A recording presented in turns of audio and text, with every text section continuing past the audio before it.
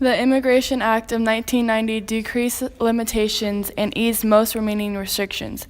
As a result, the period from the 1990s to the 2000s saw the highest immigration rate in U.S. history. Nearly 13.5% of the U.S. population today are immigrants. The positives of immigration are it helps the economy. The immigrants are employed in jobs like farming with no benefits. And in 2000, Asian immigrants came with the highest education of all immigrants, filling jobs like doctors and lawyers.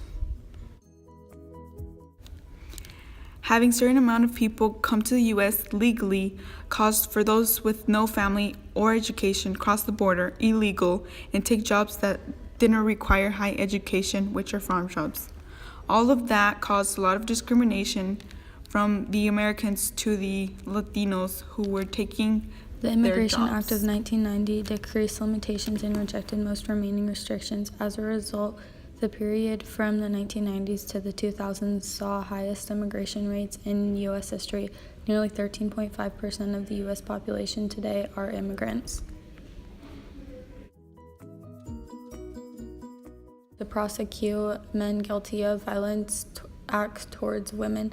This resulted in violence against women being more often reported and punished more than ever.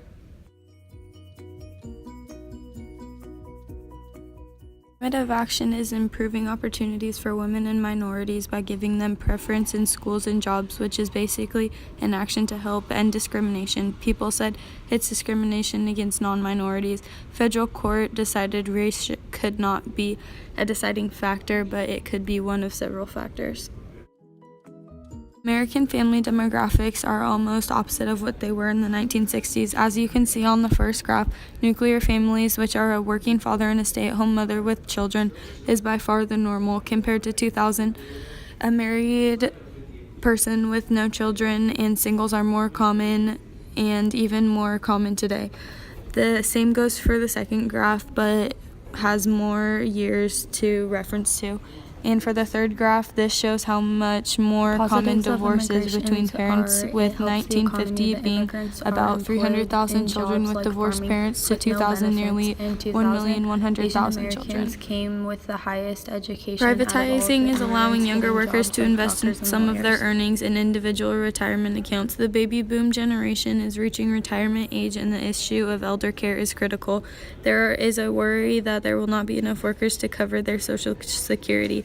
Bush helped combat this problem for the future by privatizing Social Security by allowing younger workers to invest some of their earnings into individual retirement accounts.